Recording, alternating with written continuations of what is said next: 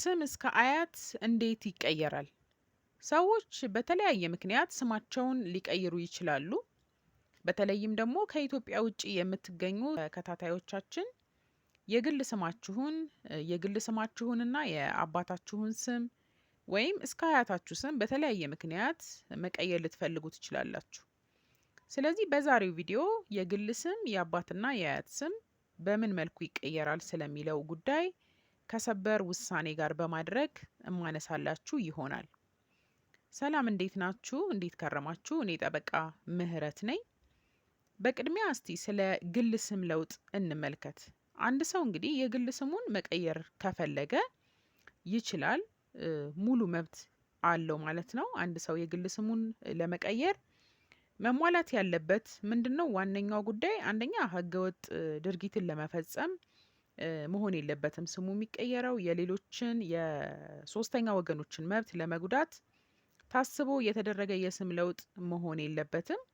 እንዲሁም ደግሞ በቤተሰቡ ውስጥ በተመሳሳይ ስም የሚጠራ ሰው ሊኖር አይገባም ማለት ነው።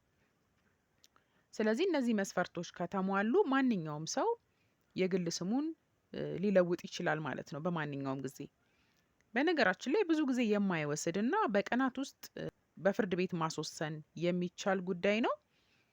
እንግዲህ ብዙ አከራካሪ ወደሚሆነው እንሂድ። ይህ ምንድነው? የአባትና የአያት ስምን ስለመለወጥ የሚለው ነጥብ ነው። ታዲያ ይሄ የግል ስምን እንደመለወጥ ላይቀል ይችላል። ምክንያቱም የአባትና የአያት ስም ሲቀየር የሚቀየረው ወይም መቀየር ያለበት ወደ ትክክለኛው አባት ስም መሆን ይገባዋል።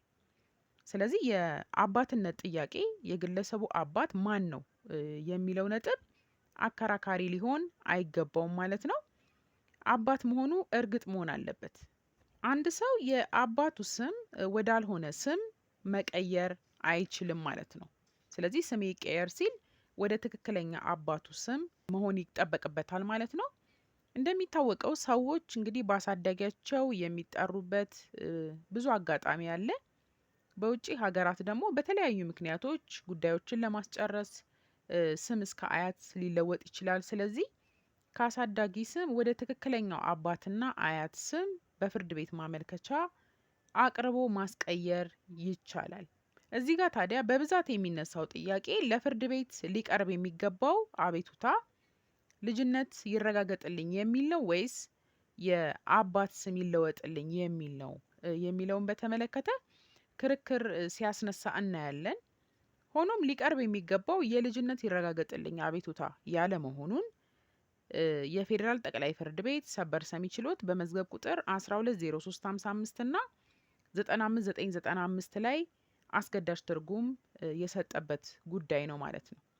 ታዲያ ይህ የሚሆነው ግለሰቡ በትክክለኛ አባቱ ስም እንዲሁም በሌላ ስም ለምሳሌ ያሳዳጊ ሊሆን ይችላል በሁለት ስም ሲጠራ መቆየቱን በማስረጃዎች ማረጋገጥ ሲችል ነው። ይህም ማለት ከላይ የገለጽኩላችሁ የሰበር ሰሚ ችሎት ውሳኔ የሚጠቅሰው ምንድነው?